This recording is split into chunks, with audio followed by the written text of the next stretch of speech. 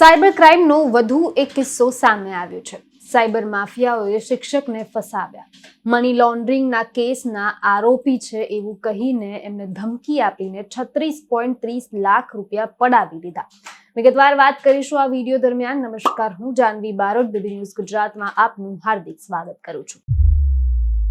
વલસાડના અતુલ વિદ્યાલયમાં 27 વિદ્યાર્થીઓના શિક્ષક તરીકે ફરજ બજાવતા મિર્ઝા આદિલ મિર્ઝા કલંદરબેગ સાયબર ઠગોએ શિકાર બનાવ્યો હતો।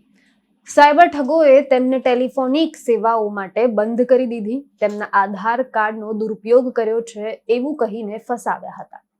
ઠગોએ પોતાની ઓળખ મુંબઈ ક્રાઇમ બ્રાન્ચ અધિકારી તરીકે આપી હતી। તેમને મિર્ઝાને જણાવ્યું હતું કે મની લોન્ડરિંગના કેસમાં 37 આરોપીઓની ધરપકડ કરવામાં આવી છે અને તેમાંના એ એક છે। તેઓ 38મા આરોપી છે।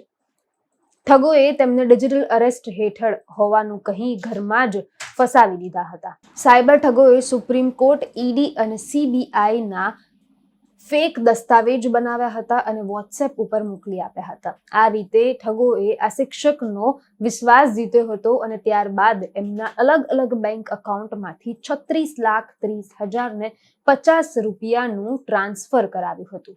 મિર્ઝાએ વલસાડના પોલીસ સ્ટેશનમાં ફરિયાદ નોંધાવી હતી। પોલીસે BNS એક્ટ અને IT એક્ટ હેઠળ ગુનો નોંધ્યો હતો। તપાસ ચાલી રહી છે। હજુ પણ મિર્ઝા તેમની પત્ની અને તેમના પુત્ર સાથે ત્યાં જ વલસાડમાં જ રહે છે। આવા સાયબર ક્રાઇમોના કેસથી તમે પણ બચો, એટલે કે અનનોન નંબર પરથી ફોન આવે અને તમને કહે તમારું પાર્સલ આવ્યું છે, OTP આપો, યા તમારા બેંક એકાઉન્ટમાંથી અમે વાત કરીએ છીએ, પોલીસ સ્ટેશનમાંથી વાત કરીએ છીએ, એકવાર વેરિફિકેશન કરી અને આગળ વધવા નમ્ર વિનંતી। વધુ સમાચાર, વધુ માહિતી સાથે ફરીવાર મુલાકાત કરીશ। હાલ મને રજા આપો। નમસ્કાર।